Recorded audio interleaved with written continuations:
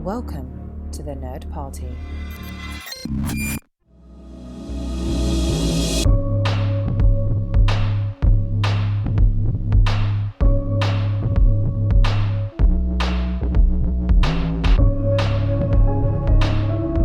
All right, everybody, let's get meta with it here on Houselights, where we are returning to the House of Craven. Wes Craven, of course, the only Craven that I know of as a director, where we are coming to the final film of the Nightmare on Elm Street series this week as we look at Wes Craven's New Nightmare, released in 1994.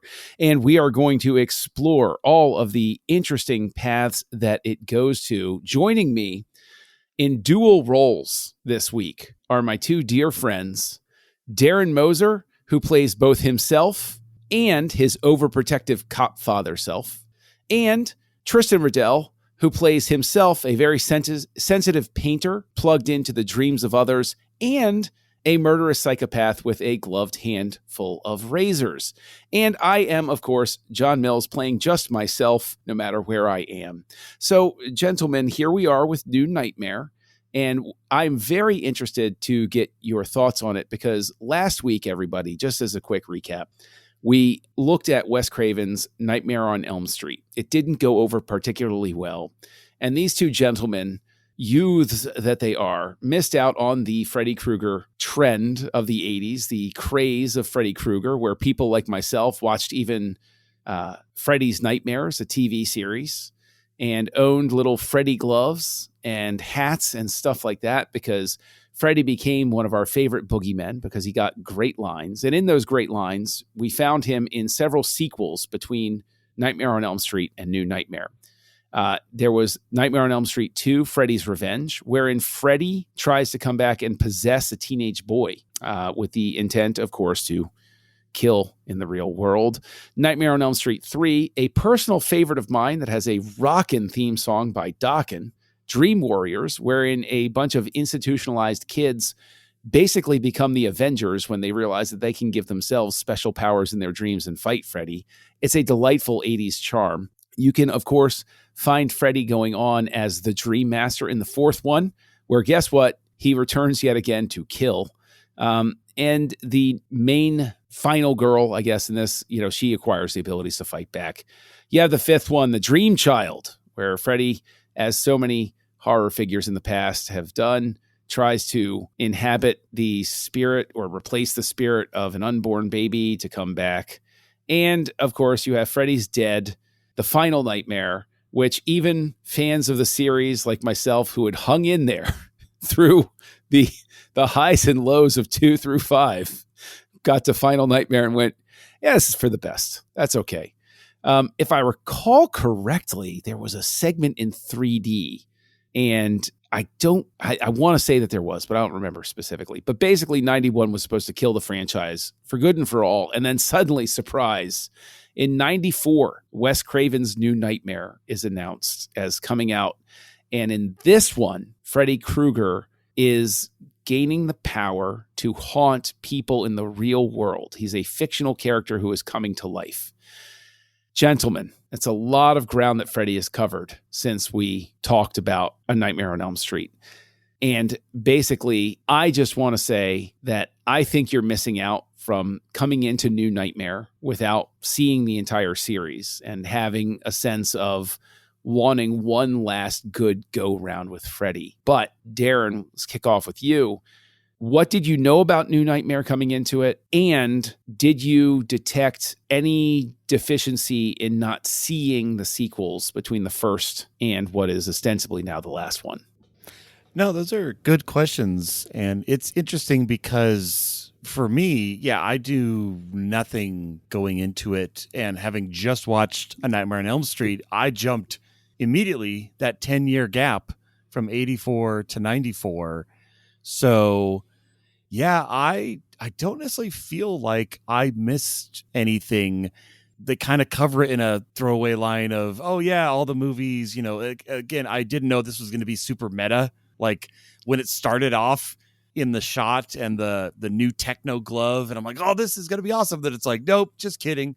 This is a set.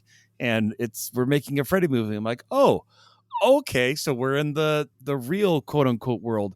But then when they go so far as like the director is Wes Craven, the writer, all of the actors are the actors. I liked how it took the concept and said, just like in the dream world, real world of Freddy, where you're not sure what's real, we're going to make a movie about people making a movie. And in the same token, you're going to not be sure what's real and not real. So a very clever premise. I think for him to come back with this, I can see why he liked the idea enough to bring Freddy back. Tristan, same questions to you. I knew zero about this. I didn't know this movie existed. When I saw, as we all know, I did not like the first Nightmare on Elm Street. And one thing was, I felt like we didn't really get to see the Freddy that people know and love. And I'm sad that I still haven't seen that. There you go. So we didn't get the wisecracking Freddy in the first one, and we didn't get it in New Nightmare. So I myself have not experienced that Freddy. And I was intrigued by the meta premise, because when you told us like, oh, it's Wes Craven's first foray into meta commentary, I was excited because I'm a gigantic Scream fan. I love Scream. And so I was excited to check this out. Absolutely. So do you see this, because so many people do consider it as Craven anticipating / this is sort of the overture for the grand opera that is the Scream series, at least the first few. Do you see this as Craven warming up his engines? Is this pointing us in the direction of Scream? I don't see that. I don't. I was expecting something less obvious. And because like with Scream, it's almost like it's a commentary on slashers by playing into the tropes and going into a different direction. And with this one, it is very much in your face of it's a movie, it's not a movie, it's a documentary, it's not a documentary, what's real, what's not. Like that's not what Scream is. And so I took this as less of a commentary on horror filmmaking, as more of a writer really likes talking about how movies are made and kind of taking it into a horror direction. Like how can, because I feel like filmmakers love movies about filmmaking. They Sure. absolutely love it.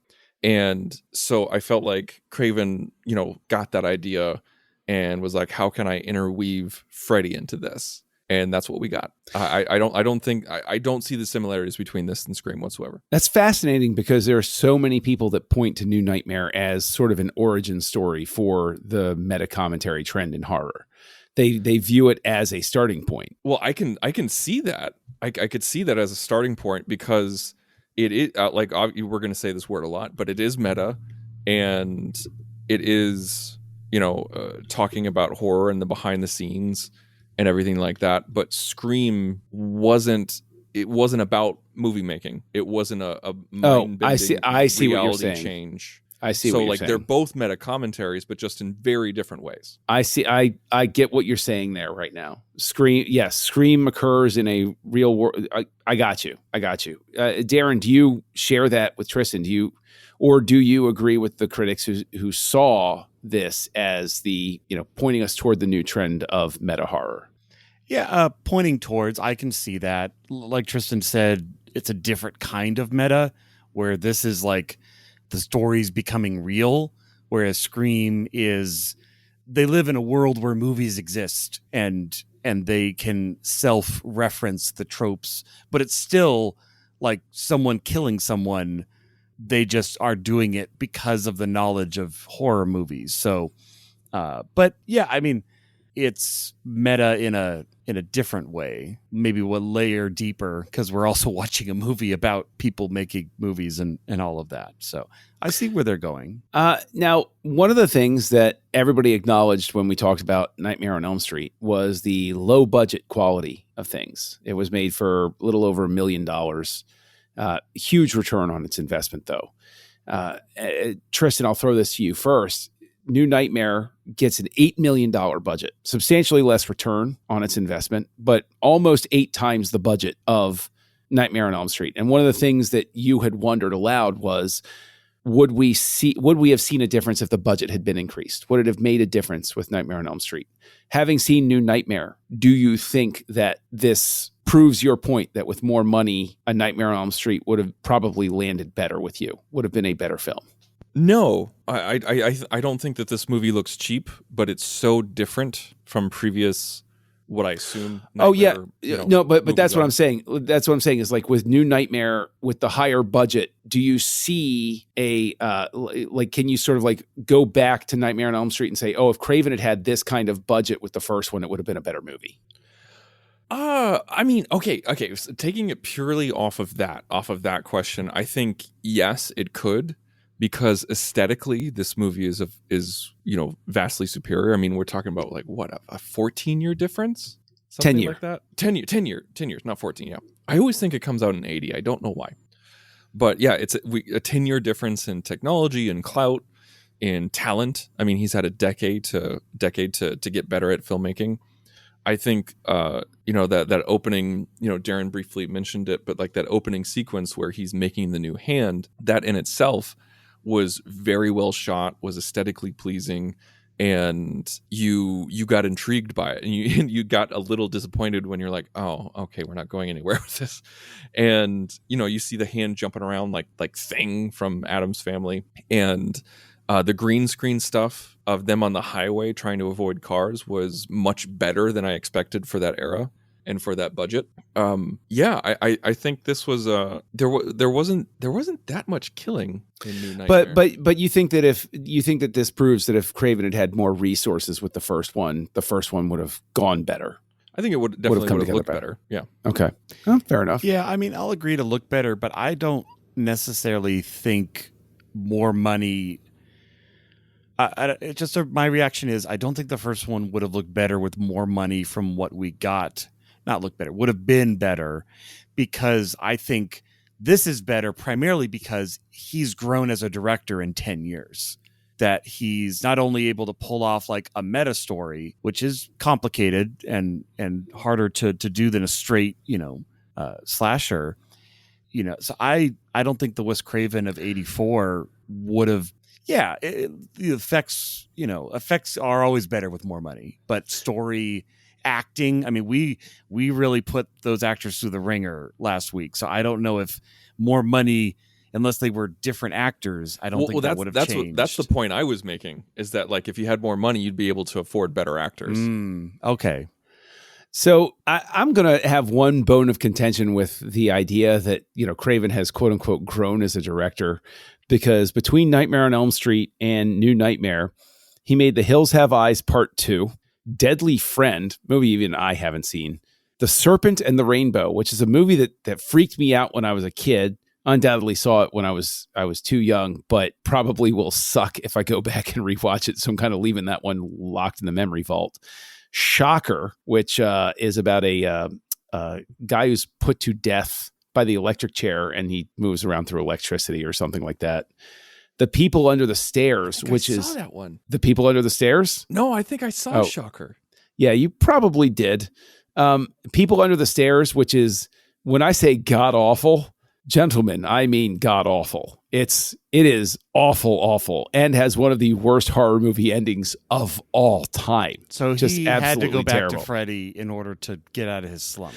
Yeah, I mean that's the thing, is like I remember, because the immortal Joey, who's been mentioned many times on this podcast, 94 is right when Joey and I are like at the height of our going to movies together thing, and when New Nightmare came out, they were like, oh, from acclaimed horror director Wes Craven. And we're like, you sure about that one, guys? Because like we'd seen a whole lot of his movies in between Nightmare on Elm Street and New Nightmare.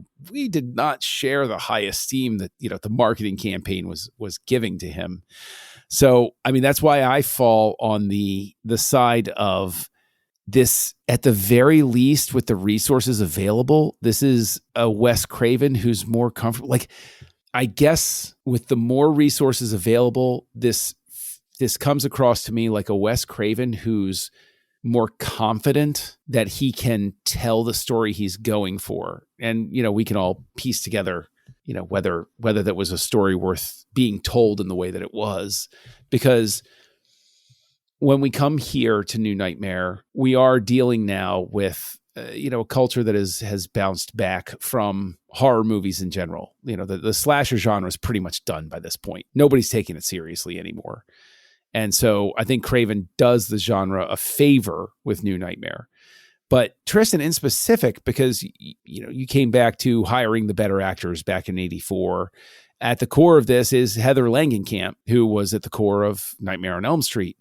Do you see growth in her portrayal here of playing herself / Nancy? I do.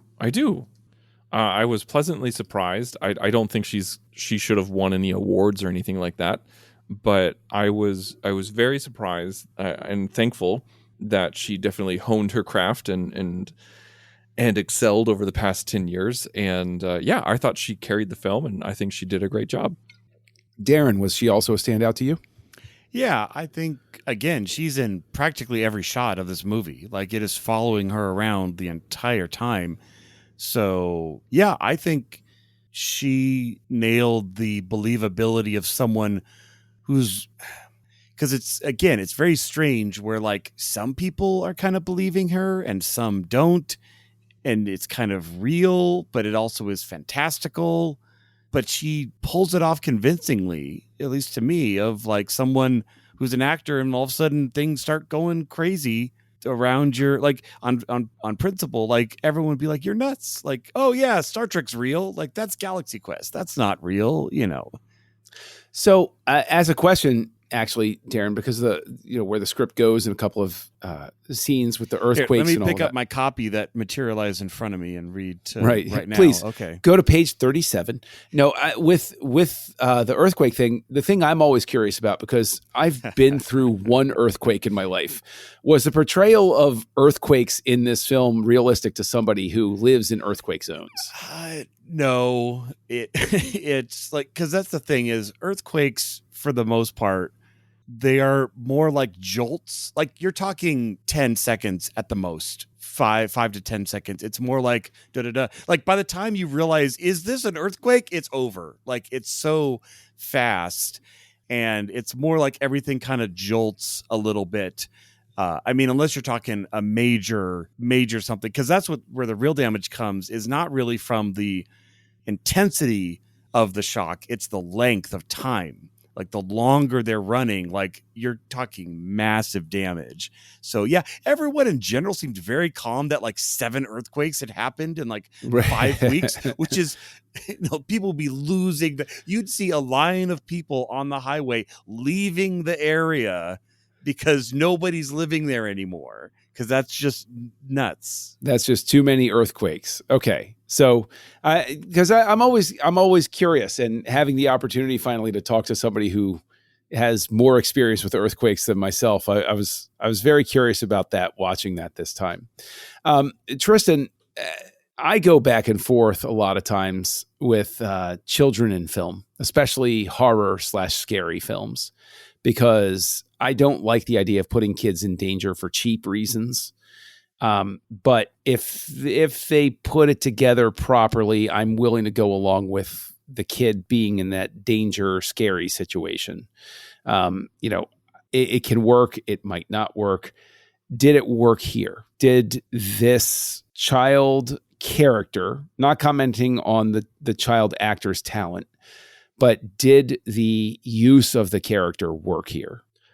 I think it worked because it was Miko Hughes. He was in everything in the 90s. Yes. I mean, he was in Pet Sematary, which was 89, but he was in Kindergarten Cop, Mercury Rising, and of course Apollo 13.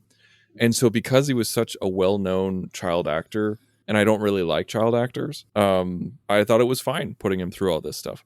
I honestly, to answer your question, I thought it was fine. There was really no time when I thought the kid was really that in danger.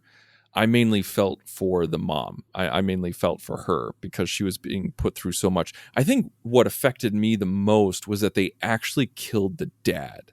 I was like, he's gone. I was like, oh, that adds a layer to the film that I wasn't expecting. Like, that's real loss. Like, when a kid dies because like Jason saw them smoking weed You don't think about how their parents are going to feel. It's just part of the slasher genre. But with this, it really puts you into it where you're just like, oh, Freddy killed someone, but it was the dad. Oh, like she's now a widow. He lost his, like this kid is now going to grow up fatherless. Like it really makes you feel the repercussions of the death, which I think that in itself is its own deconstruction of the genre, where you don't think about that. Well, something I did think about, and Darren, I'll throw this to you, is at the end of the film, Nancy's flipping through her script. I'm sorry, Heather is flipping through her script, and it's signed by Wes Craven, and everything is what has transpired. And, Wes Craven's dreams brought things to life and everything. Does that make him complicit at all in the death of the father, considering the fact that it's in his script? No, I always viewed it as he was just recording what the dreams were. He's not making the dreams. He's not guiding the story. The dreams come from the entity and the evil. He's just the scribe. He's not the author. He's the scribe. I got you. Interestingly, in an earlier version of the script, Wes Craven, the movie version of him, was supposed to have cut off his own eyelids so that he would never fall asleep again. No. Talk about the first part, though. The first part is actually quite interesting. You, please. Oh, you. Okay, so please go ahead. So it was him in a van with, I think, the series producer. Yeah. I can't remember who. Mm-hmm. And just like driving around. And him trying, and both of them trying. It's a road trip movie where both of them are trying not to fall asleep, and like he's writing while he's in the van.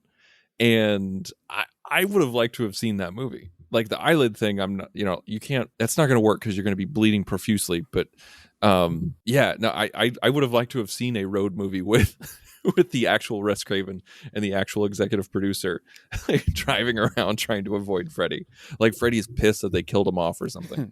Well, now speaking of Wes Craven and the producer, they, a lot of people in this film are not people who are used to being in front of the camera.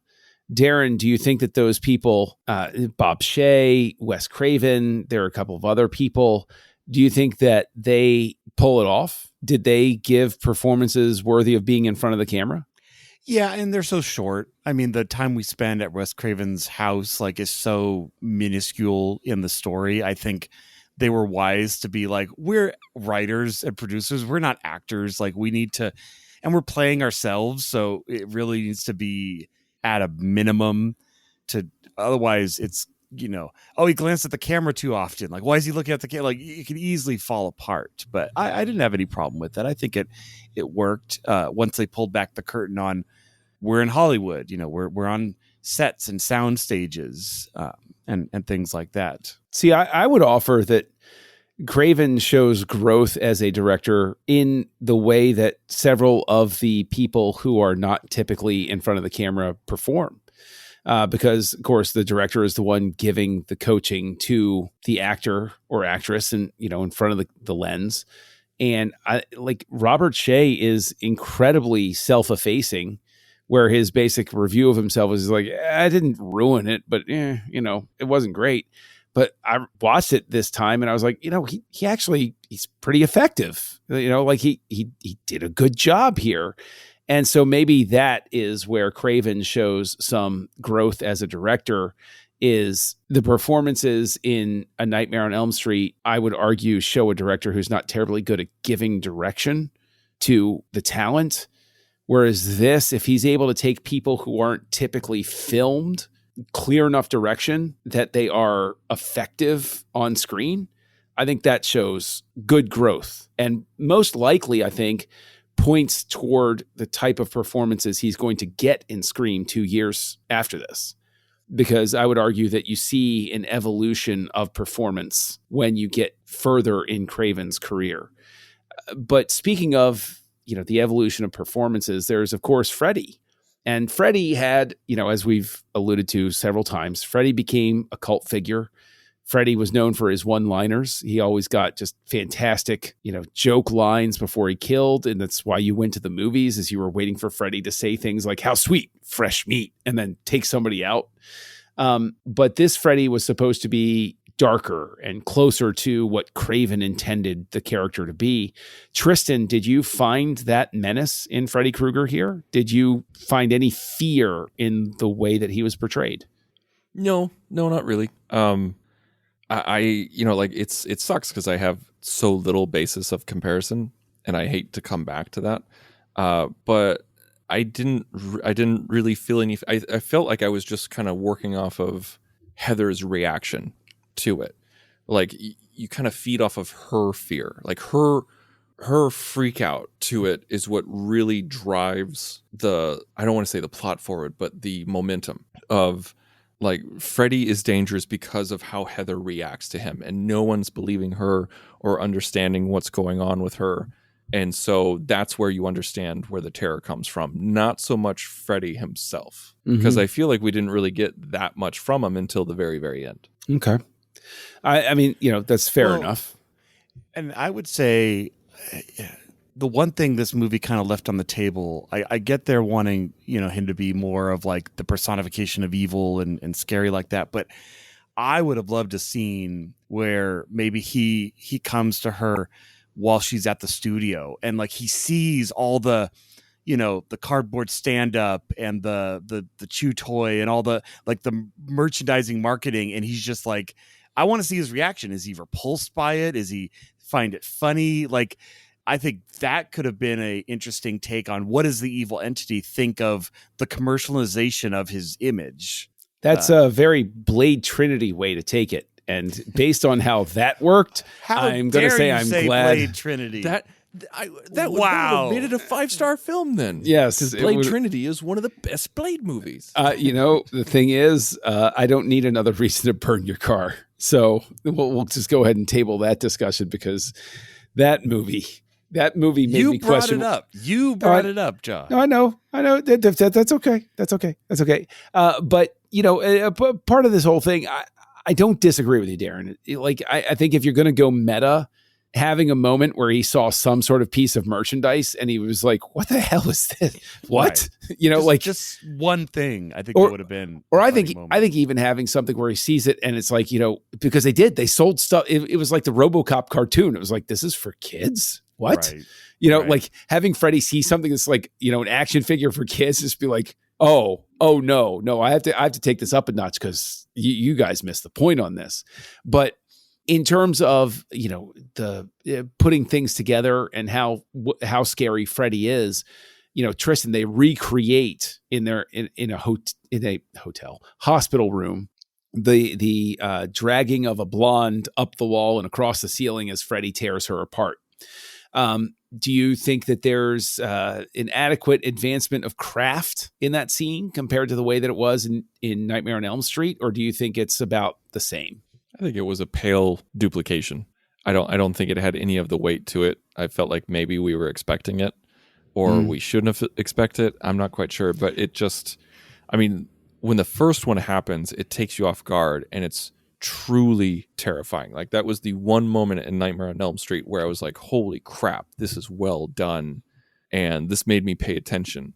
This one, you're just kind of like, oh yeah, they're doing the thing from the first one. I will say the only difference, if I'm remembering the first one right, it's just her in the room, correct? No, her boyfriend is in the Rod room. is there, okay. like reaching his hand out, like. Got it. Never mind. I couldn't recall if there was anyone else in the room, so I was going to say like, oh, but this one had someone else sitting right side up on the bottom, but that was also in the other one, so never mind. It's just a copy, a pale comparison. The weirdest complaint that I have about it is, yes, I agree with your criticisms, Tristan, but I think also, and it's the nature of setting it in a hospital room, but it's too brightly lit. Like there's no sense of terror about it because it's all brightly lit. Like it's almost lit like a TV set where it's like, okay. You're not wrong at all, but that made me think of something.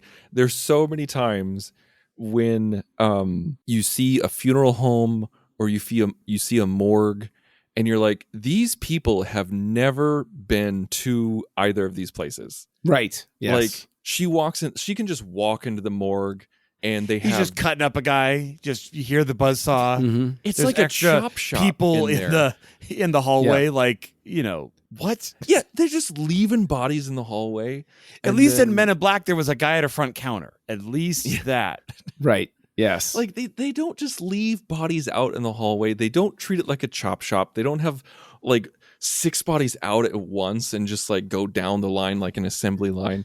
And it's just like they just and also the viewing of the body is very, very different. And it kind of took me out of it because it's just I shouldn't blame the movie for it. I really shouldn't because yes, it's you so should. common. It's such a common trope. No, but you should blame the movie for it because the whole premise of the conceit is that you're supposed to believe that this real world exists in order to believe that Freddy's coming over. And since you bring that up, it did make me wonder, and maybe this is a good thing, maybe this is a bad thing. I don't know. I was like, wait, is this really happening? Like, Is she really there?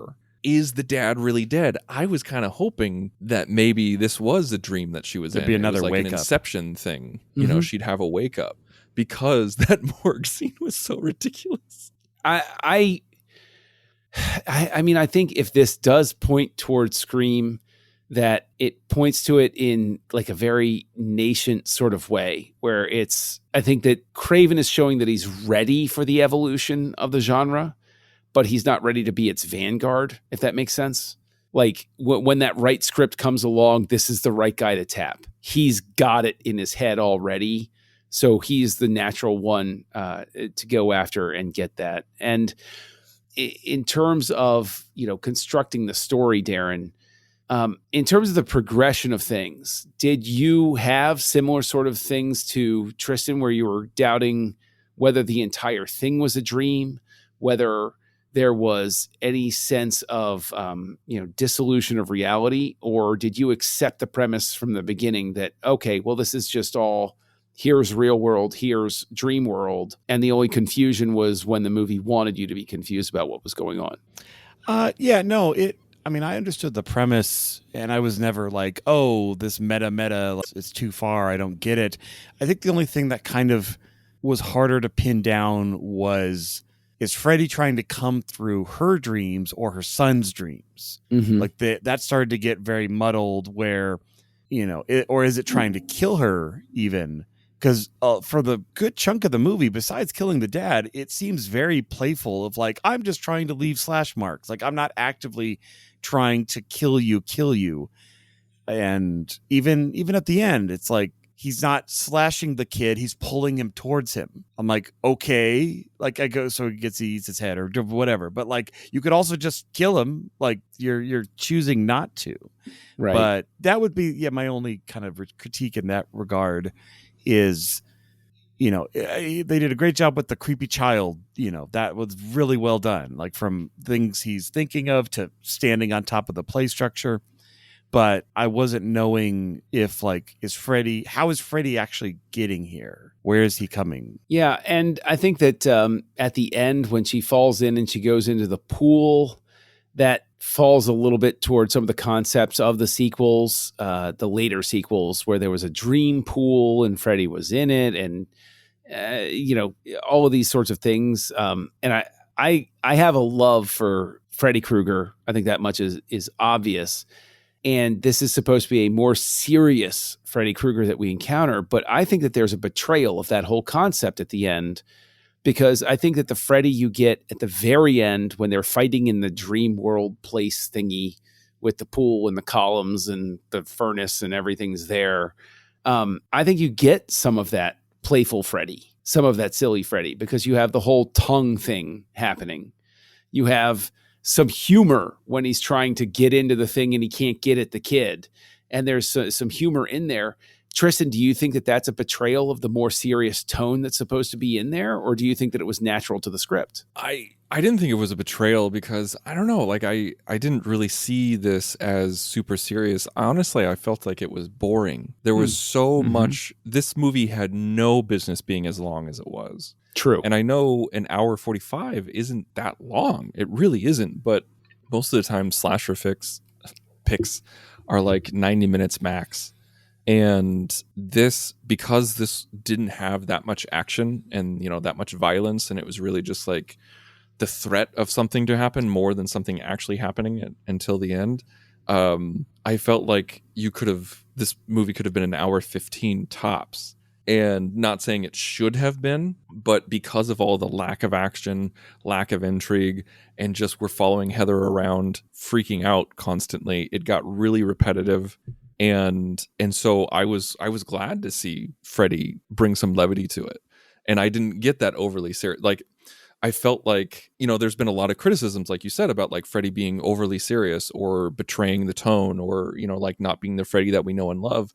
But I didn't really get that too terribly much because I don't feel like we got that much Freddy. And it was nice to see him. I was like, finally, he's here. Oh, geez. And we're not just running around screaming and being sad and saying no one's listening to us. So, Darren, do you think that there was a missed opportunity with this script with some of the... It would have been expected because this sort of thing has happened before in horror films. But do you think they missed an opportunity in having people suspicious of Heather because people around her were having bad things happen to them? Oh.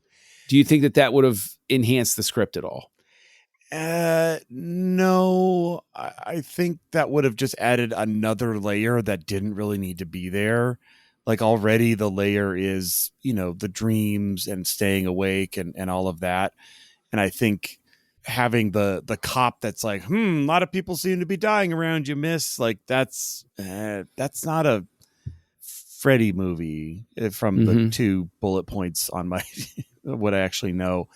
I wanted to chat a bit about Fran Bennett as Dr. Christine Hefner, who, man, you almost want to talk an almost villain. Like I was really hating her character, not her character, but like I felt engaged in the fact that I'm like, no, you need to believe her. Like I know what you're doing and what you believe to be right, but I think we were missing I think the first one to get into the room when the babysitter's on the ceiling should have been her, and it felt very much like the psychiatric doctor from Terminator 2 and Terminator, where when he finally sees it like coming through the grate of the T-1000, and he's like, and it's like slack jawed and the cigarette falls out of his mouth. Like I wanted that moment of her seeing her on the ceiling and being like, oh my goodness, it's real, or something is happening. I think that's fair. I think that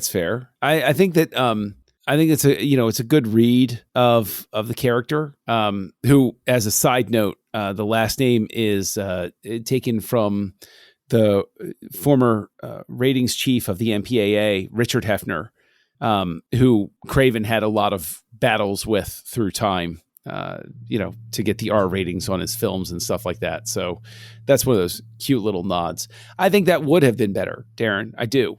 And I think that it points to the fact that there are a lot of things, Tristan, grabbing your criticism and Darren's criticism right there. I think there are a lot of almosts in this movie. It's almost the right length. It's almost got the right reaction scenes. It's just a little bit off. Like the gears just miss coming together just a little bit. But one of those gears that I love to talk about, as everybody knows, is the music of the film. Now, both of you unjustly ignored the contributions of one Mr. Charles Bernstein in Nightmare on Elm Street. But this one, we have a brand new composer. Was there anything particularly memorable or great about the soundtrack for Wes Craven's New Nightmare? And Dead Silence is our view of that one that Darren I happen to agree kept waiting with. for me to answer. I kept waiting for Darren to answer. Yeah, I mean it's a soundtrack. There is nothing, but these movies are more about the visuals. These movies aren't about the soundtrack, in my opinion. I don't know. I still think that the Nightmare on Elm Street theme is wonderful, and I just think that I agree with you, Darren. Like this is a score where I'm not even aware that there is a score. Like they could have just used stock music for all that I know. And I feel bad saying that because I know that the composer of the score put effort into it. And, he doesn't want me saying something like that, but there wasn't anything that really, really jumped out or is memorable. Now, what is memorable to take it back toward a positive note as we're rounding third, as we like to say, is of course the great John Saxon. Coming back and playing both himself, quote unquote, and eventually converting into the cop dad role from 1 and 3. Because I'll point out he's back really in 3. Liked that. I really enjoyed that aspect of it because like when he popped up at the funeral, I was like, oh, hey, cool. He's playing himself. I really liked him from the they would know movie. each other because they're actors. Yeah. Like, that makes sense. And he hasn't aged a day in 10 years. Okay, wow. And then I really liked it when she's like, why are you calling me Nancy? And then you see the badge on him and he hops into the cop car and she's in her nightie and the house changes. Yeah, I really, really liked that transition. That was really cool. Yeah.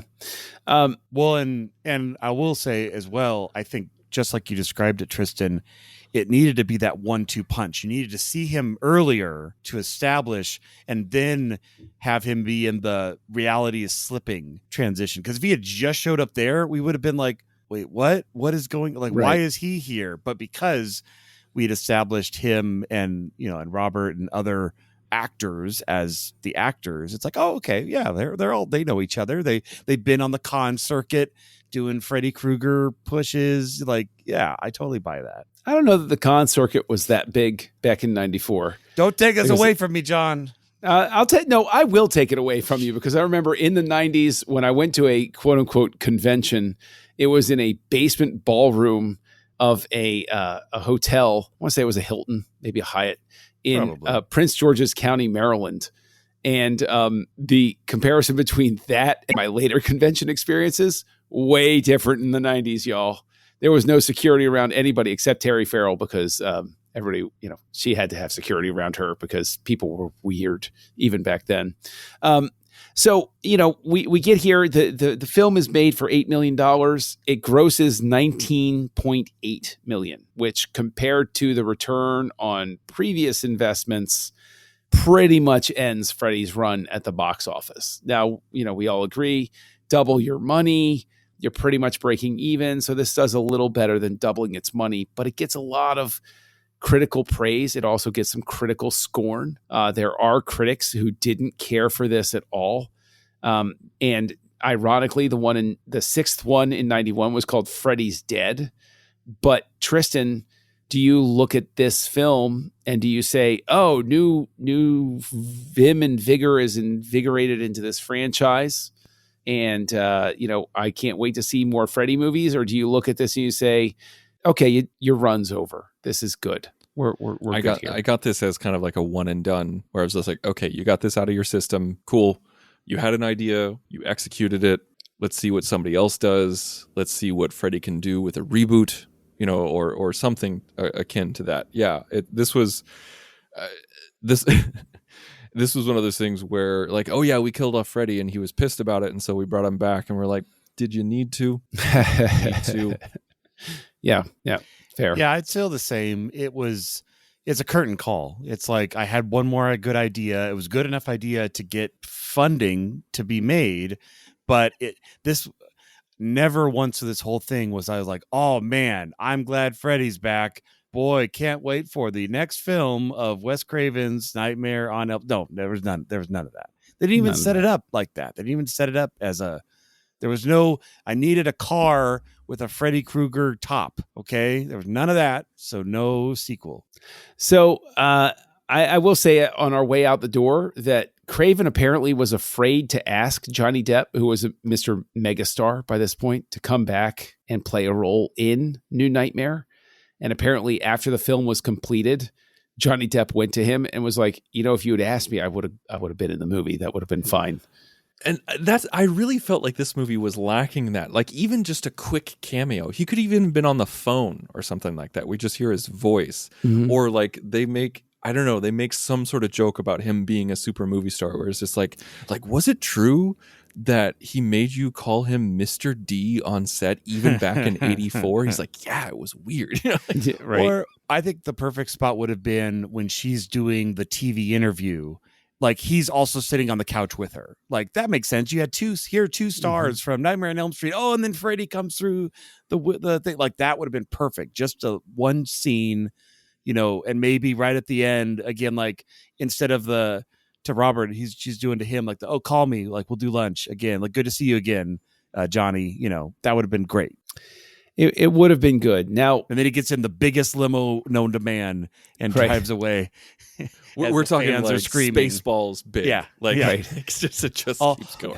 or we see him walk out onto the couch, and like that's when all the fans go crazy, which would have happened, which would have been hilarious. Like no one cares about her, but Johnny Depp just walked out. right. So in terms of critical response, we have everything from, Ebert, who thought it was, pretty good, gave it a 3 out of 4, to Gene Siskel, his thumbs up, thumbs down compatriot, was not hot on the movie. He said it was campy and that Freddy wasn't a compelling villain in that. Owen Gleiberman in Entertainment Weekly, back when his reviews held great weight, trashed the film in a sense. So we had a lot of different reactions. There were a couple of awards at different, FearCon. There was Heather Langenkamp won the Fangoria Chainsaw Award for Best Actress. Fangoria used to be a great publication that you could pick up at newsstands. Still continues that tradition online, but I always look forward to my issues of Fangoria, gents. But so where do you guys fall is basically going to become the ultimate question. You both are coming in here. You didn't love the first one. You come here without doing the whole necessary, Tristan, even though I kept telling you to watch Nightmare on Elm Street 3. That's okay, though. That's okay. You come in here and you've gone from Nightmare on Elm Street to New Nightmare. Tristan, you gave a 1 star to Nightmare on Elm Street. What do you give New Nightmare? I'm giving New Nightmare a 2. Oh, hey, there you go. I think it's more enjoyable to me. Like I did not think this was one of the worst movies I've ever seen, which I mean is a low bar. But like I thought it was incredibly boring. But I didn't think the acting was poor. I didn't think the special effects were poor. I didn't think it was low quality. I think I'm giving it a 2 for what it was trying to do, but it did not land. Like if I enjoyed myself more, I'd probably give it a 3. But because I was just so freaking bored watching this, I have to give it a 2. But it doesn't deserve a 1 because there was some love and care and thought put into this, and it actually looks like a professional film. Fair enough. I can say that for myself, I give it a 2 as well, which from my perspective is a step down from Nightmare on Elm Street, but it's for largely the same reasons. When I saw this for the first time in 94 with Joey, we hated this movie. Like we walked out, and I think it's because if I were to try to go back in a time machine in my own brain, I don't think we were ready for the meta deconstruction of the horror movie. Like we were still holding on to the idea that you could still save the genre. And I think that this movie is at the forefront of realizing the steam's gone, folks. This isn't working anymore. We need to find a new approach for it. I don't think we were ready for it back then. I think right now, I agree with you, Tristan. There's care, there's talent, there's skill, there's a good concept here, but it lacks the execution. So I come in at a 2 as well. Darren, where do you come in? Yeah, I'll give it a 2. It's almost a 3 for me because I think they pulled off the meta-ness really well. There's some really great shots, like everything with the tube slide, like either the coffin or the bed sheet, like that was very surreal as they slid between worlds. Like I think they nailed that effect, and I think we were all disappointed that whatever that first 5 minutes were didn't become more of the movie, because that seemed very interesting, and or just I guess a reason to build another hand in even another one. So yeah, I think effects wise is where it really grew. You see, and you're going to see a difference in effects technology, budget aside, between 84 and 94. And like Tristan called out, the freeway crossing scene was particularly well done. I think maybe a bit more on matching lights from the headlights might have pulled a little bit, but that's really hard to do. But for what they did, it was shot frenetic enough that you weren't able to register on what the shot was happening before you moved on to the next one, which is a good way to cover, when it's not quite clicking. But yeah, I just to tack onto that really quick, I think that what they deserve credit for was they matched the grain of the film Yes. between the actors who were filmed on the green screen and what was on. Like, that's a huge mistake that occurs even They today. did not look like they were on a pane of glass in front of it. I Yep. think it was really just lighting. Yeah. Which is always like, it was decent, but especially when you were in a scene with headlights, like, and that would have been impossibly hard to get, is have someone, some PA like panning a headlight over you at the exact same Right. moment that the car drove by. And you don't know where that's going to be yet, because we don't have the technology to previs that at the time. Exactly. So you guys come up to 2s. I fall down to a 2, but we're all of us 2s for Wes Craven's New Nightmare. So now we've gotten the Nightmare on Elm Street movies out of our system, although I still will continue to campaign that people need to see Nightmare on Elm Street 3. 4 and 5, that's for the diehards. Skip 6, but 3 is definitely, talk about a concept that makes up for a lot of stuff. No, You skip skip 2. two? Skip 2. You 2's sound like you're reading the Holy Hand Grenade memo. 5 is right out. Skip 6. 5 is right out. No, 6 3 is is the number that thou shalt count. 6 is beneath contempt. 2 is interesting. 2 is another one where the concept is really interesting, but the execution is like almost there. In all honesty, Nightmare on Elm Street 2 is like the Too Fast, Too Furious of the Nightmare on Elm Street series, where if you're a diehard fan, you're willing to accept it as part of the canon. But if you are not a diehard fan, it's probably best to leave that to the side and go 1, 3, 4, 5, ignore 6. Although honestly, Fast and Furious Series 6 is pretty darn good. It doesn't have a chase scene in the way that 5 does. But anyway, different topic. We'll do the House of Lynn at some point in the future if I have my way. But Darren, now that we've gone through and we're done with Elm Street, where are we going next week? That's right. We're done with Elm Street for the wing of Wes Craven. So next week, we're jumping to 1996 Scream here on Houselights. Join the revolution. Join the Nerd Party.